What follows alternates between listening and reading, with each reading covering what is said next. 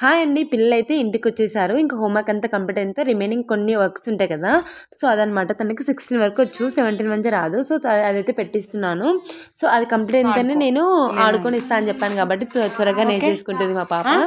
త్వరగా నేర్చేసుకొని నాకైతే చెప్పేస్తుంది. ఇంక దీని తర్వాత వీళ్ళేందంటే తినే ఆడుకుంటారు. సో, అందుకోసమే వీళ్ళ కోసం నేను పాలకూర ఇంకా రొట్టె అయితే ప్రిపేర్ చేశాను.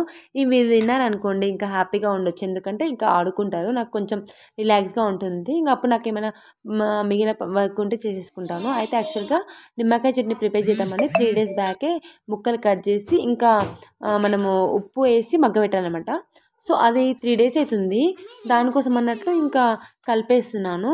యాక్చువల్‌గా ఆవాలు, మెంతులు ఉంటాయి కదా! అవి కొంచెం దోరగా వేయించి పొడి చేసి పెట్టుకేసుకోవాలి.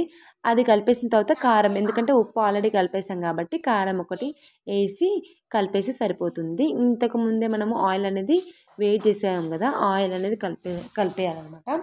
సో, దీని తర్వాత మనకు మంచిగా ఒక బాక్స్‌లో తీసి పెట్టాలి మనము. దాంట్లోనే పెట్టొద్దనమాట. అయితే నేను మూత ముయ్యకుండా ఇలా క్లాత్‌తోని కప్పి పెట్టేస్తాను.